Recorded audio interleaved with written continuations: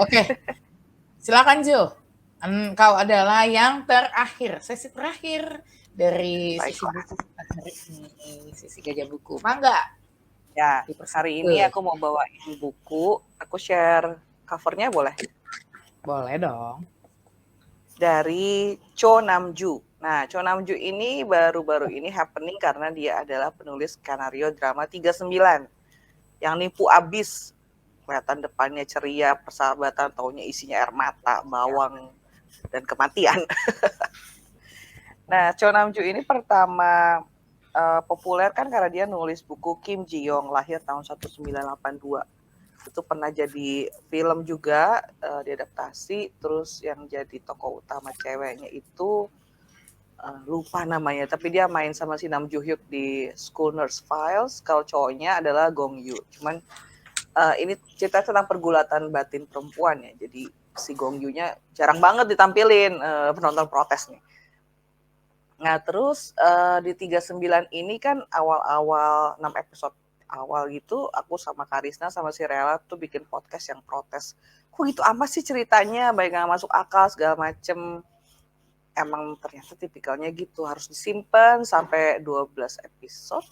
Udah gitu baru yang ternyata itu maksudnya, jadi ikutan baper. Nah pas aku baca Her Name Is, ini judul bukunya, ini tuh kumpulan cerpen yang berdasarkan interview dia dengan 60 lebih perempuan dari umur 9 tahun sampai nenek-nenek.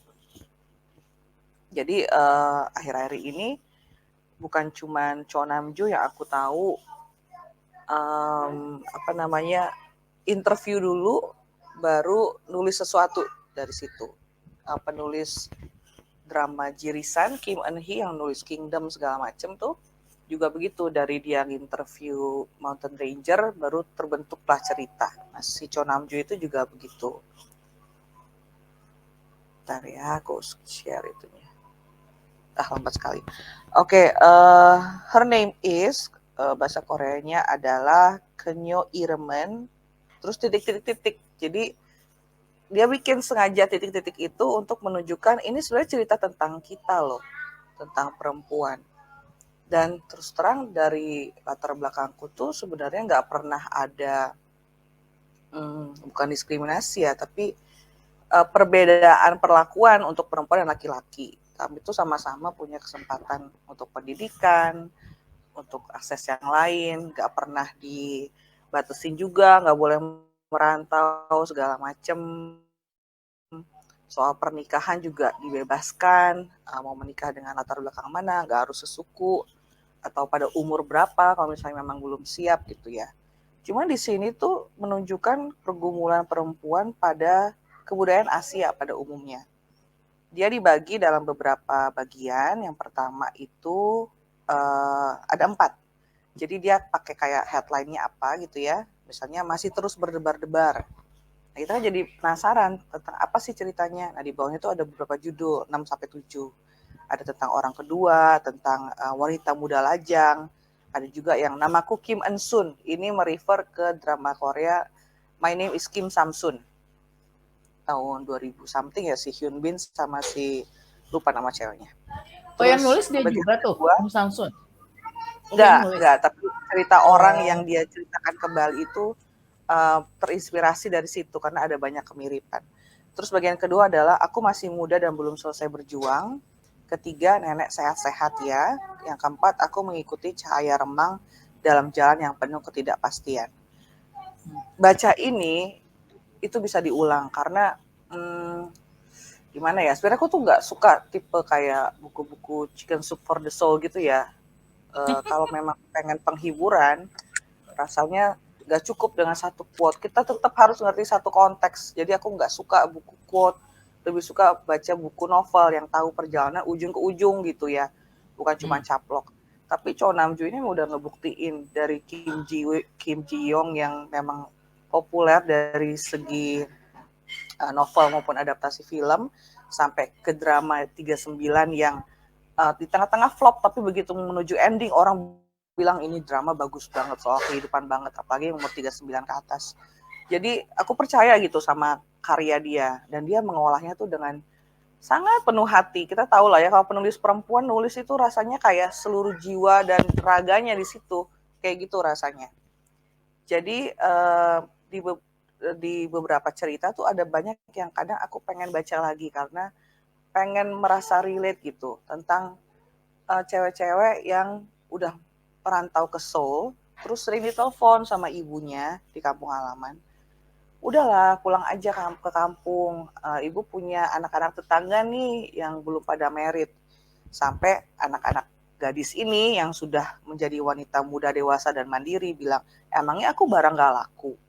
Kenapa aku harus khawatir dengan umurku gitu? Kenapa aku harus khawatir dengan status pernikahan gitu-gitu? Itu yang mengakibatkan hubungan mereka dengan ibunya menjadi ibu ayah atau nenek kakek juga yang khawatir dengan masa depan perawan tua, tanda petik ya, membuat hubungannya renggang dan mereka jadi nggak pernah kontak lagi sampai terlambat, sampai ada kematian gitu kan, udah nggak bisa lagi diperbaiki hubungannya, udah banyak waktu yang terbuang dengan kemarahan, dengan ketidakpedulian, keacuhan segala macam. Yang kayak gitu sih mengenai perbedaan generasi yang sebenarnya bisa dijembatani dengan komunikasi, tapi memang perlu untuk komunikasi itu perlu hati yang terbuka gitu untuk mengetahui kondisi masing-masing. Orang tua yang di kampung halaman kalau di Korea ini digambarkan kurang lebih sama lah dengan di kita. Misalnya yang dari Pematang Siantar sana yang merantau ke Bandung, mungkin mengira udah beda banget dunianya kan. Ya bapak mama di sini bekerja bertani untuk kau sekolah di sana bagus-bagus, kerja bagus ya, banyak uangmu gitu-gitu kan. Nah kurang lebih begitu juga harapan orang tua di Korea. Ya, mereka mengharapkan anak-anaknya dalam pengurusan yang baik. Orang tua yang punya anak laki-laki berharap dapat menantu yang bisa mengurus anaknya sekaligus keluarga besarnya. Dan ini sampai mengakibatkan perceraian. Diceritakan di sini dan aku tuh bisa relate karena tetap aja yang namanya Asia dengan segala campur tangannya itu masih sulit lah untuk membagi ada namanya kemandirian keluarga dan otoritas yang hanya di keluarga itu tanpa dicampuri unsur mertua segala macam. Dan dalam satu keluarga, jadi ceritanya ada beberapa yang bersambung. Bersambung itu dalam arti ada benang merah. Ada kakak adik yang pada hari yang sama kakaknya pulang ke rumah karena mau bercerai, adiknya lamaran. Kebayang nggak gimana pergumulan batin ibunya? Yeah. Karena ke calon besannya dia merasa malu. Tapi dia juga nggak mau anak perempuannya diperlakukan kayak gitu. Gimana pun juga setiap mertua dulunya adalah menantu, awalnya adalah menantu gitu kan. Jadi si ibu ini nggak heran banget kenapa anaknya diperlakukan seperti itu banget gitu sama besannya yang sekarang. Dan dia jadi di hari lamaran anaknya yang kedua, anak perempuan yang kedua, dia jadi merasa khawatir melepas anaknya. Ini cerita tuh perempuan banget dan sebagai yang berulang. Terus adiknya juga jadi khawatir. Sedangkan si kakaknya merasa dengan segala pertimbangan, dengan kondisi dia yang bekerja mandiri dan dia sudah berusaha mengkomunikasikan ketidaksetujuannya pada suami dan keluarga besar suaminya tidak direken, dia menganggap dia lebih baik melepaskan diri. Nah ini memang kita ini penonton semua ya, kita ini semua penonton dari hidup orang lain kan. Kita nggak pernah benar-benar tahu gitu. Tapi kalau baca ceritanya, it is possible gitu, itu terjadi. Misalnya nih, mereka pulang ke rumah, terus si ibu mertuanya datang. Sebenarnya dia nggak tinggal di Seoul, tapi di suburbnya dia datang bawa kotak-kotak kimchi. Kita sering nonton di drama kan, udah bawa, udah gitu kan anak-anaknya suka ngomel, udah lama gak usah bawain, ini nanti busuk di kulkas gitu-gitu, itu terjadi gitu. Terus si suaminya bilang, nggak apa-apa lah, bikin senang hatinya, mereka emang hidup berapa tahun lagi, oke ngalah sekali 2 kali. Nah yang ketiga kali, mereka kan karena kerja pulang malam, mereka suka beli take away kan, Chinese food segala macam, dan jadi leftover, dimasukin ke kulkas, suka kelupaan. Mertuanya dateng, udah minta passcode apartemen, jadi masuk aja sendiri. Dia cuci lah bersih semua isi kulkas itu, dia buangin makanan yang sebenarnya si istri masih pengen makan karena itu menu kesukaan dia dan dia memang sengaja beli banyak buat tinggal panasin 2 hari gitu loh. Situ. Terus yang ketiga, jadi ketiga apa keempat, buat mereka kan warna Intervensi lah emas itu ceritanya ya. masih perlambang kemakmuran. Jadi gordennya diganti dong. Si mertua datang ujuk-ujuk dengan tukang gorden. Jadi banyak hal gitu yang memicu sebuah problem atau perselisihan atau ketidaksepahaman. Dan yang menyedihkannya menurut aku dari buku ini adalah perempuan akan paling dihakimi oleh perempuan dan paling dibela oleh perempuan. Kenapa gitu? Jadi dari semua cerita, cuman ada satu pihak, satu kali yang namanya ayah itu berkata, kalau misalnya kamu mau nikah dengan baju pengantin, mau you can see lah, mau pundak terbuka, model mermaid kah, terserah. Pokoknya jangan karena misalnya calon mertuamu bilang kayak gitu nggak sopan ke tamu, atau suamimu ngomong apa tapi kamu pengen sendiri apa gitu. Cuma sekali. Yang lainnya semua tentang perempuan. Bahkan ini soal perempuan bekerja ya, yang masih direcokin dengan anak besok harus bawa buku ukuran B5, garisnya berapa. Yang ibu-ibu punya anak sekolah tuh ngerti ya. Punya anak sekolah tuh sama aja terjun ke dalamnya, sama-sama sekolah. Terus besok tiba-tiba harus beli lem, harus beli apa. Sedangkan dia kerja, jadi dia seperti kebanyakan pasangan di Seoul itu menitipkan anak pada orang tuanya. Jadi mereka bisa tenang kerja, malam pulang tinggal jemput anak dari tempat orang tua, udah mandi, udah makan, tinggal pulang tidur gitu kan. Tapi begitu anaknya masuk sekolah, buyar lah. Mertuanya nggak cukup toko, dia cuti setengah hari berkali-kali, apalagi kalau tahun ajaran dengan pertemuan orang tua murid, PUMG, bla bla banyak ya. Dan semuanya itu perempuan. Bahkan ada yang sebenarnya bapaknya itu bapak rumah tangga, tapi istrinya yang kerja, tapi bapak rumah tangganya nggak mau datang, harus istrinya. Sampai si ibu yang bekerja ini dan merasa kewalahan dan juggling sampai mikir, dulu harusnya nggak punya anak aja sampai gitu ya, karena repot sekali hidup dengan biaya segala macam. Ngomong gini, kenapa sih urusan anak cuma urusan ibu? Sampai dia ngomong gitu. Kenapa dipikir kita daftarin sekolah bla bla cuma urusan ibu? Emangnya itu anak gua doang gitu loh. Pokoknya baca buku ini campur aduk deh. Campur aduk. Bagus. Bukan cuma buat orang yang udah menikah, punya keluarga, tapi yang single juga, atau orang yang lagi merawat keluarga. Kayak ada satu cewek, dia kerja tetap, kerjanya bagus. Begitu ibunya sakit, harus ada yang tinggal dekat dengan orang tua. Kan biasanya begitu ya. Siapa yang mau tanda petik mengorbankan diri untuk menemani gitu. Menemani sampai di hospice. Dia kan semua darah, muntahan dan kencing, sampai ditulisnya begitu. Dan waktu dia kelihatan kelelahan, kakak-kakaknya dengan entengnya ngomong gini, udahlah kamu kerja aja lagi, nanti kamu menyesal loh menghabiskan hari-hari di hospice ini. Tapi kan dia ibu kita gitu kan, dia juga dilema, dia juga udah pernah ngerasain. Laki dan perempuan punya keluarga masing-masing, cuma dia yang single gitu loh. Jadi dia ya itulah tanda petik mengorbankan. Nah begitu begitu udah selesai, ibunya meninggal, mereka kan pergi bawa guci yang isinya jenazah yang udah dikremasi kan. Terus abunya itu mau ditabur di pohon. Jadi sekarang itu trennya pemakaman itu di alam terbuka. Jadi ada satu pohon dengan satu nama, itu orang yang meninggal gitu loh, mesen pohon ceritanya.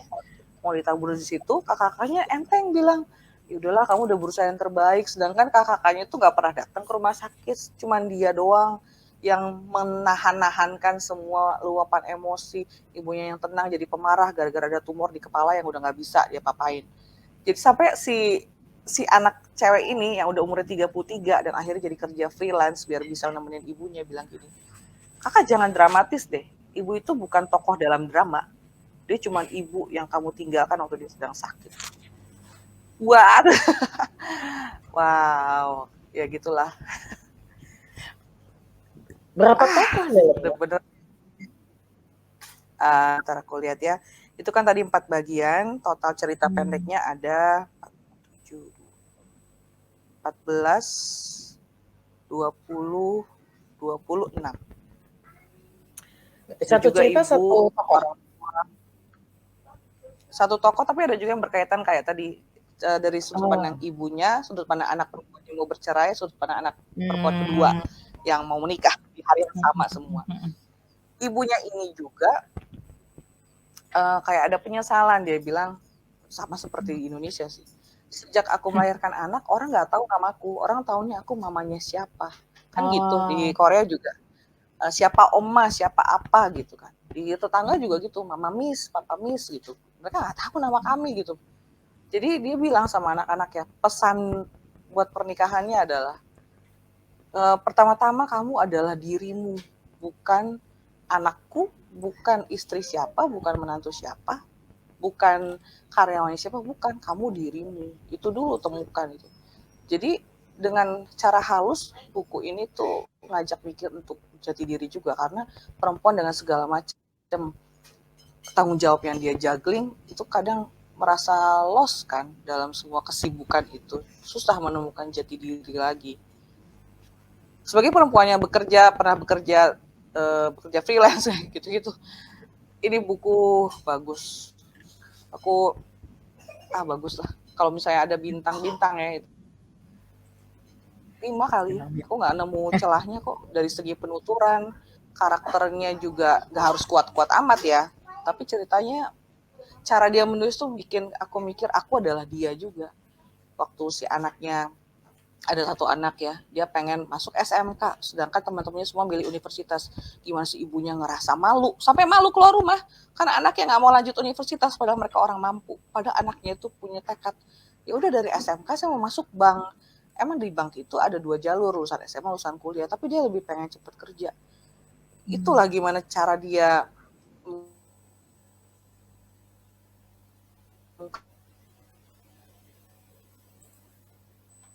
mengungkapkan dia.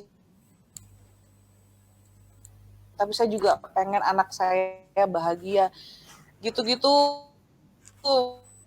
mantep, kalimat-kalimatnya padat dan singnya adalah langganannya Gramet sih. Ya, sering. Baru mau nanya itu tadi bacanya pakai bahasa apa? Ya. Indonesia lah, Korea belum sanggup kok. Masih Sejong 3 saya. Oh. Dari Sejong 8.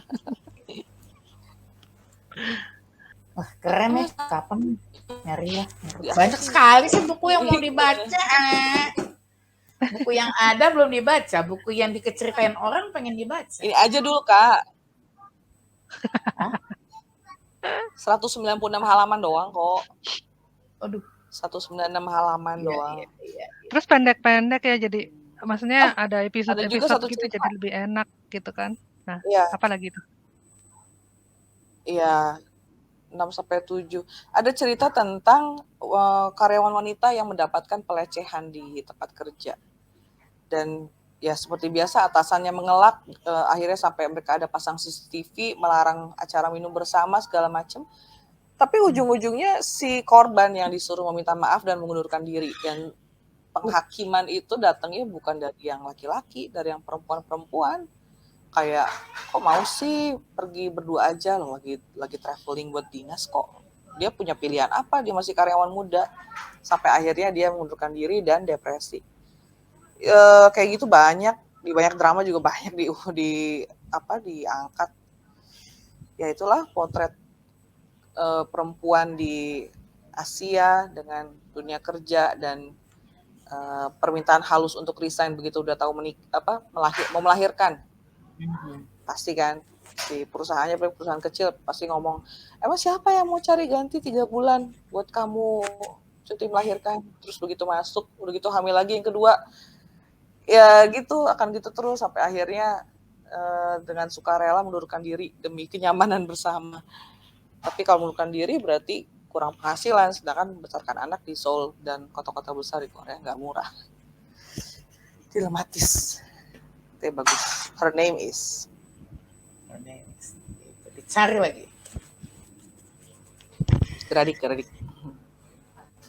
Baiklah. Wow, hari ini ya banyak yang cukup berat-berat ya kayaknya ya. cerita-ceritanya ya, filosofis. Ya, Yang di-share seperti sama ibu manusia. tadi. Ya, demikianlah sesi Gajah Baca Buku kali ini. Ikuti terus episode kami yang selanjutnya. Kalau ada komen, silakan leave komen di YouTube kami. Terima kasih. Jangan lupa subscribe. Oh ya, itu juga. Aku mau Follow ya. Annyeong. Sampai ketemu lagi. Bye-bye.